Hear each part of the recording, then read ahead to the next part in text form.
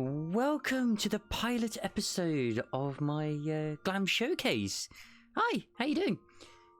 I wanted to put one of these sort of series together because I get asked a lot in my channel, like, hey Wobbzie, I'm struggling to kind of think of a decent glam for tanks and other things in general, and there's so many good item pieces out there. I always tell people try and experiment and stuff like that, and I'll admit, like, I was really bad, and I still do not think I'm that great either compared to some people out there. I was really bad when it came to doing glams at the start as well. But you know what? You'll become a master soon enough. But today we're starting off with one of my favourite dark glams, which is this luscious piece of gear right here. Now, as you can see, all of it kind of works together. And I've got the lovely Shadowbringers relic as well, which is part of the thing. I like to kind of aim towards making the gear fit the weapon and vice versa, etc, etc. It emits a very Far East Asian Oriental dark look. You can't actually obtain this look if you wanted to before you actually complete Shadowbringers, unfortunately. But when you do, coming up there will be like a bit where we're just sort of like panning around and stuff like that and having a much more in-depth look, and I will go through the names, etc, etc, etc. Right now we're just admiring the sort of aesthetics that combine together, like, and the reasons why I feel like these work so well together. Like, if you just look at it, I mean, the first things that like pops out is obviously the black and the gold, and I'm just like, yes, this is wonderful. For ages I had this chest sitting in my glam chest, as we all do. Our glam chests are completely full, and we are all criminals of this. It's even worse with Endwalker just around the corner. We don't have enough room. Please, Yoshi P, can we have more slots? And I was going through and I thought, I wonder what will work with this. And I was putting on the glam plate. I put it in first because that's how my process goes with most things. I put the big centerpiece, which is the chest, on first, and then I was like, okay, let's just see what I can make away with this. So I was going through and I was thinking, have I got anything that's kind of like a bit like black and gold, since you can't dye the chest piece, unfortunately. And I came across the Sabatons, which I thought were like, holy crap, I got these recently. These look great. Then I was like, I wonder if these gauntlets, because I had it on a different glam, which I will show at a later date, will work with this set piece. And they do, because these only go up to where you can see them end here. Like, that's literally where they end, like right here. So they work with a lot of outfits as well, and it's just, with the white on the back as well, it looks great.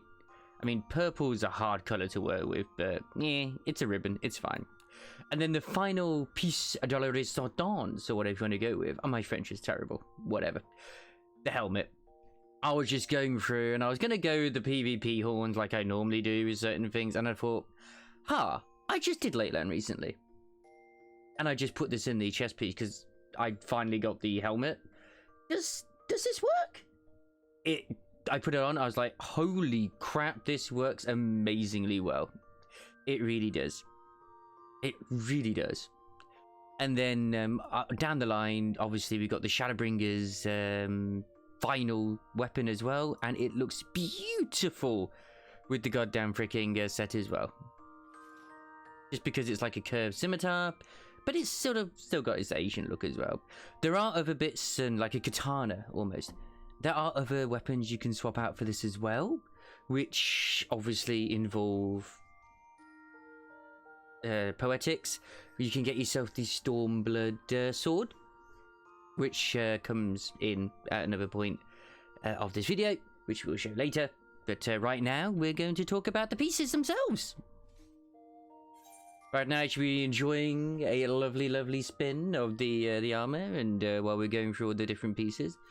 But yeah, in the head, we have ourselves the Lakeland Hood of Fending, which comes from the level 71 dungeon Lakeland, which is the first one of the Shadowbringers series. Sorry, it comes from Holman's to Switch, which is basically in Lakeland, so you know what, don't sue me.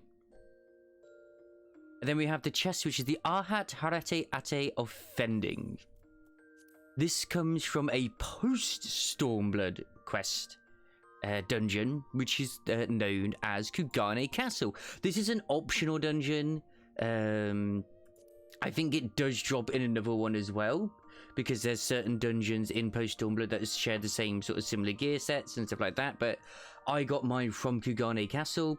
It's a little bit like the Golden Lotus weapons. They kind of mix them about here and there, so you might be lucky and get them somewhere else.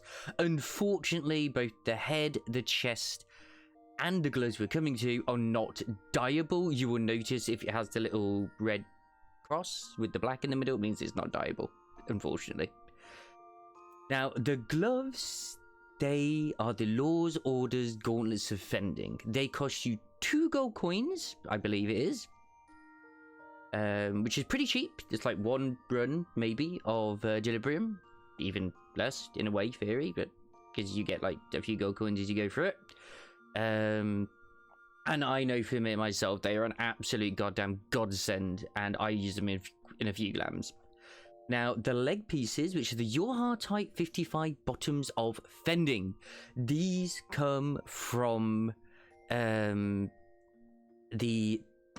Tower raid, which is the Tower at Paradigm's Breach, which is part of the Near Automata, or Autotomato, as I like to call it as well sometimes, series of raids. I can't remember exactly which boss it drops from in there, but I believe it's the 2nd or 3rd boss that drops the leg pieces. Don't quote me on that. I know it's not the final one, but it can drop on the final boss, because it like gives so many chests and stuff like that too. But I believe it is the 2nd and 3rd one you're looking at. Not the first one, unless it is.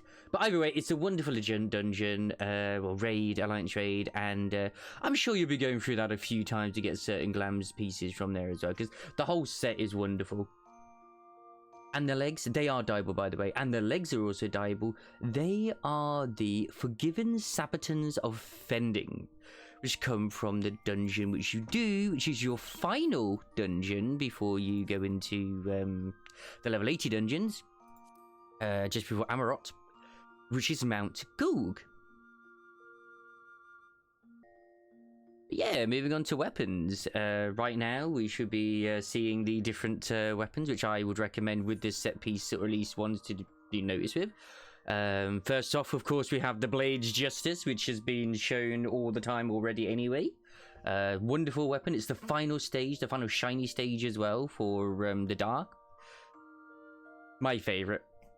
I saw it and I fell in love with it. A lot of the weapons, unfortunately, with this expansion have been a bit meh with terms of relics. At least the final ones, which it's a bit a case of you either love it or you hate it. It's Marmite, really. I know it's, yeah. Some look better with the glow and some look better without the glow. This is one of the exceptions. Same with the Warrior Axe. The Warrior Axe is beautiful, beautiful. And the other weapon which we have, the Odentai or Odenta Kai. It is the item level 370 dark weapon, as you can see right now on the screen. It is a lovely, lovely, lovely katana.